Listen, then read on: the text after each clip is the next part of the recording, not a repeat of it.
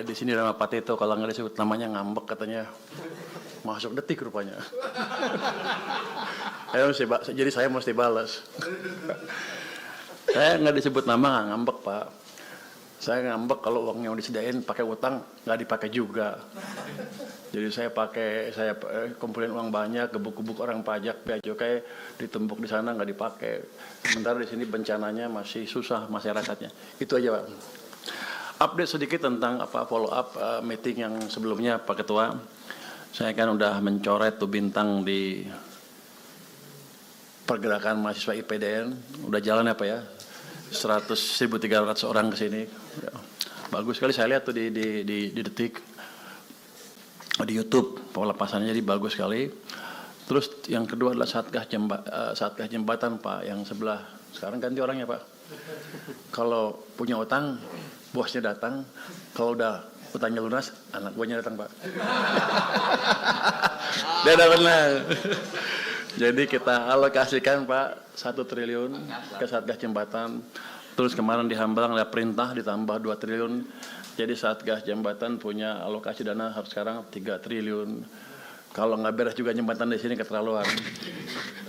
Tapi saya pikir ya utangnya udah lunas ya Pak ya? Kira-kira utangnya udah lunas itu. Makasih Pak. Kita juga membantu beberapa case di mana kan tadi Pak Tito bilang kita perlu kapal keruk ya. Itu ada rupanya perusahaan yang dipinjam kapal keruknya lewat TNI, lewat Menhan. Tapi ada isu bea cukai katanya karena itu dari kawasan ekonomi khusus dimasukin ke sini harus bayar cukai 30 miliar. Saya bingung, mau bantunya mesti bayar. Jadi begitu laporan itu sampai saya langsung saya bilang udah abolish. Jadi kapalnya sudah jalan ke sini, nggak usah bayar cukai. Nanti kalau sudah selesai, tapi dibalikin ke sana lagi. Itu yang paling penting. Jadi nanti kalau Pak Tito mau pinjam dari tempat-tempat lain yang sejenis, yang ada kendala seperti itu, harus bayar cukai segala macam, lapor ke kita langsung kita bypass dan itunya kita pakai. Kan keterlaluan kalau orang mau bantu aja kita pajekin. Terus bicara dana APBN untuk 2026 untuk pembangunan kembali daerah terdampak, saya rasa cukup ya.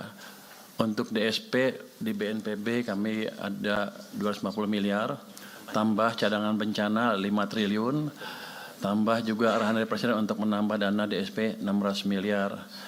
Jadi dananya 11, kanan saya ini cukup banyak. Cuman sepertinya dia kurang mampu belanja. Nanti itu Pak yang tadi uang saku pengungsi yang 15.000 per orang per hari ya. Kalau Skamsos kan belum bisa masuk kelihatannya ya. Kenapa Anda nggak masuk? Anggap ini masih bencana sampai akhir musim hujan kira-kira gitu. Jadi Anda bisa masuk. Datanya kalau data nggak usah sempurna amat. Orang bencana mana bisa data sempurna. Yang penting bisa terverifikasi. Ada yang bertanggung jawab gitu. Itu harusnya besok juga bisa tuh mereka dikasih uangnya. Bisa nggak? Kalau sudah ada datanya. Loh, Anda datanya ada? Sudah ada. Ya, yang nggak usah sempurna sekali. Udah SK berarti mereka tanggung jawab kan. Anda masuk, besok bisa? Bisa. Oh, udah bisa tuh lah besok. Saya besok ya. BNBA-nya ada.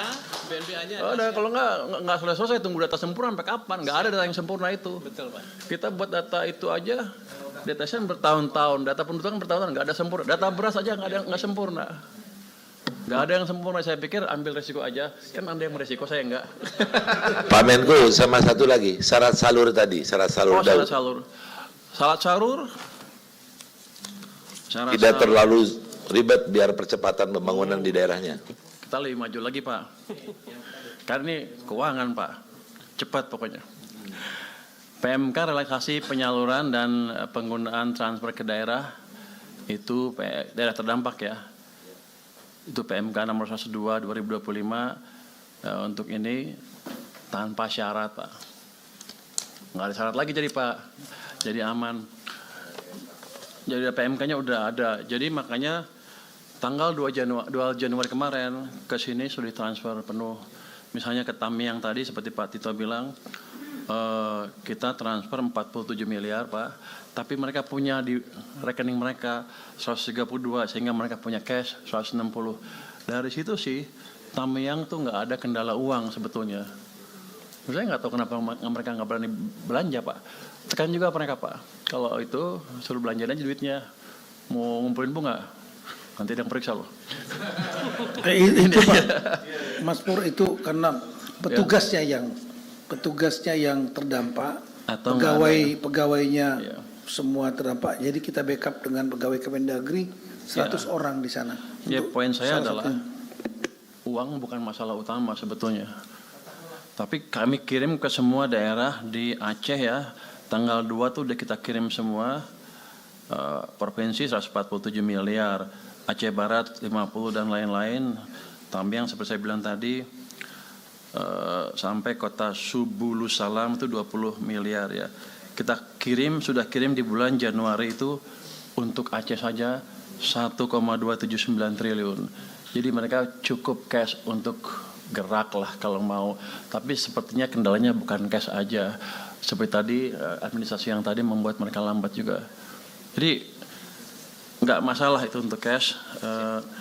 Ini jadi sekarang setiap bulan tuh setiap awal bulan kita kirim ke daerahnya langsung tanpa permintaan ya. Tanpa surat permintaan kita kirim sesuai dengan data setahun sebelumnya. Dari situ kita prediksi. Jadi mereka nggak akan ada kekurangan dana untuk itu.